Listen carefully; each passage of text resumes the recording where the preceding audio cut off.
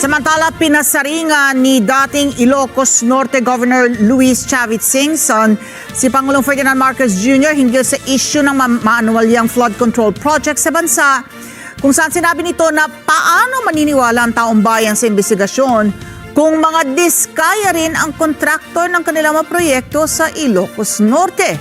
Ang detalye sa report ni TJ Mendoza.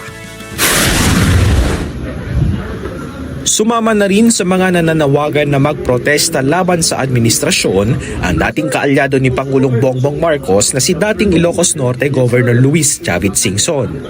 Panawagan nito sa mga kabataan, ituloy ang pag-walkout sa kanilang mga klase hanggat hindi bumababa sa pwesto ang mga tiwaling opisyal ng gobyerno.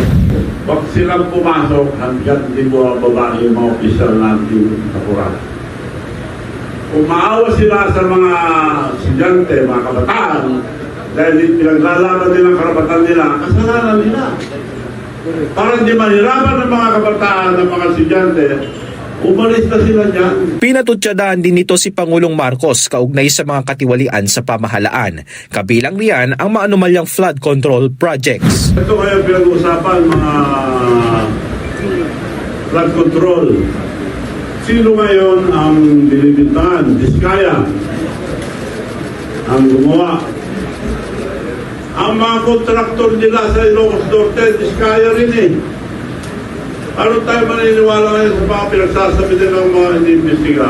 Dagdag pa ni Singson, hindi matatakpan ang pagbuo ng Independent Commission for Infrastructure o ICI ang katiwalian ng gobyerno. Pero tiwala naman si Singson sa mga tao sa likod ng komisyon na ani ay mababait at kwalipikado. Pampapugi lang nila dahil mabubuting tao yung nilagay. Kaya nag-iusap ako sila Babe Singson, Mayor Magalong, magagaling tao yan, saka yung mga iba.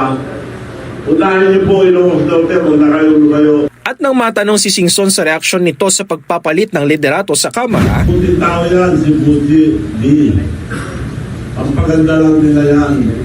Pero kung utusin mo, same dog, different ko lang. sinubukang kunin ng Net25 News and Information Team ang detalye ng mga alegasyon na binanggit ni Singson, pero hindi kami nabigyan ng impormasyon ukol rito. TJ Mendoza, para sa mata ng Agila, matatag, matapang, matapat.